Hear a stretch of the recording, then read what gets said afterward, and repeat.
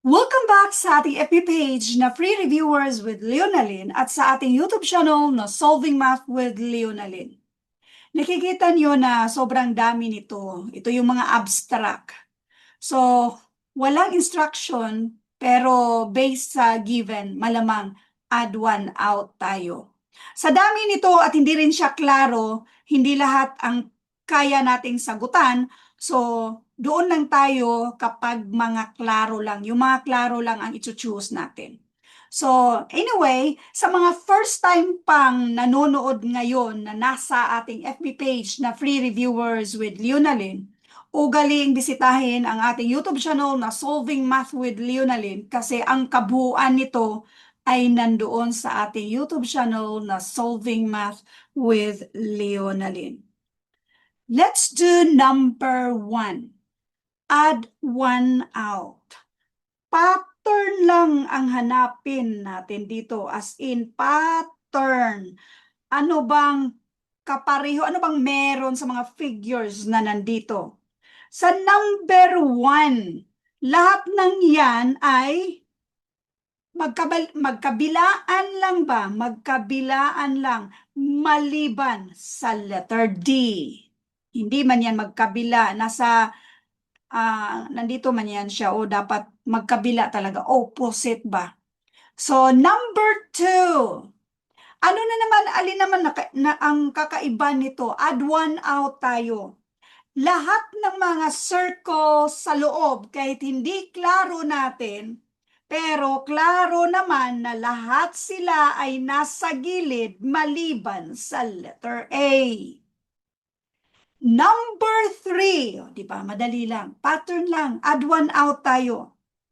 Number 3, mukhang hindi siya klaro. Pero ang pinakaklaro lang naman dyan, lahat ng mga circle ay katabi dyan sa line na nasa gitna, katabi sa line na nasa gitna, maliban sa letter D. Number 4, I hope na nagets nyo kahit medyo mabilis tayo. Ito bang nasa loob na figure ba? Yung parang arrow, nasa gilid mismo, nasa corner. Yung parang arrow ba, nakatutok sa corner. Lahat sila nakatutok sa corner maliban sa letter C. Next, number 5. Meron tayong smaller and bigger circle. Hindi na naman klaro, parang merong medium, ganon. So, direkta tayo sa obvious na kakaiba dito. Lahat ay nasa right side, yung pinakamalaki, maliban sa letter C.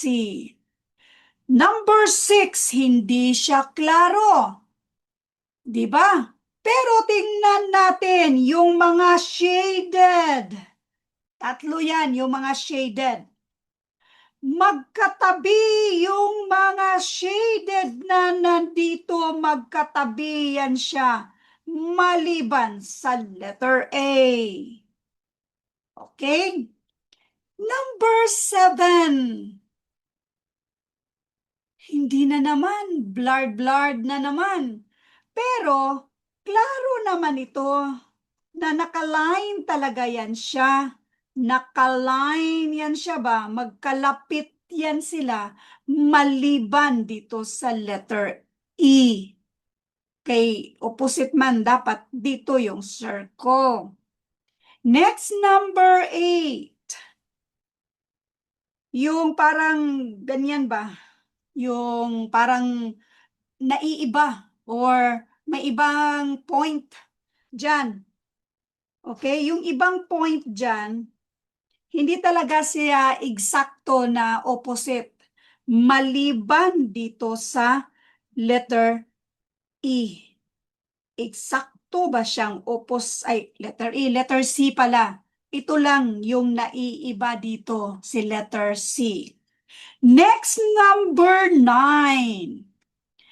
Ang lahat ay halos nakabuo siya ng isang figure like ito, or magkalapit yung kada end nila. Pwede nating sabihin sila ay mga line, pero magkalapit yung kada end nila, magkalapit yan sila maliban sa letter C kay opposite man.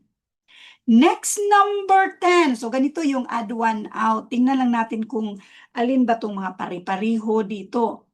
So, sa add one out, kung titingnan natin yung mga figures na nasa labas, meron tayong square, tatlong circle, meron tayong triangle, parang wala mang pattern. Pero, doon tayo sa nasa loob-loob.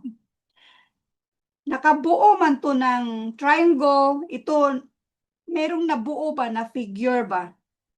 Meron siyang nabuo na figure. Maliban dito kay linya lang naman yan siya. So, add one out tayo sa letter E. Number 11, yung mga karugtong ay abangan nyo sa next na video. So, number 11, ano namang meron dito?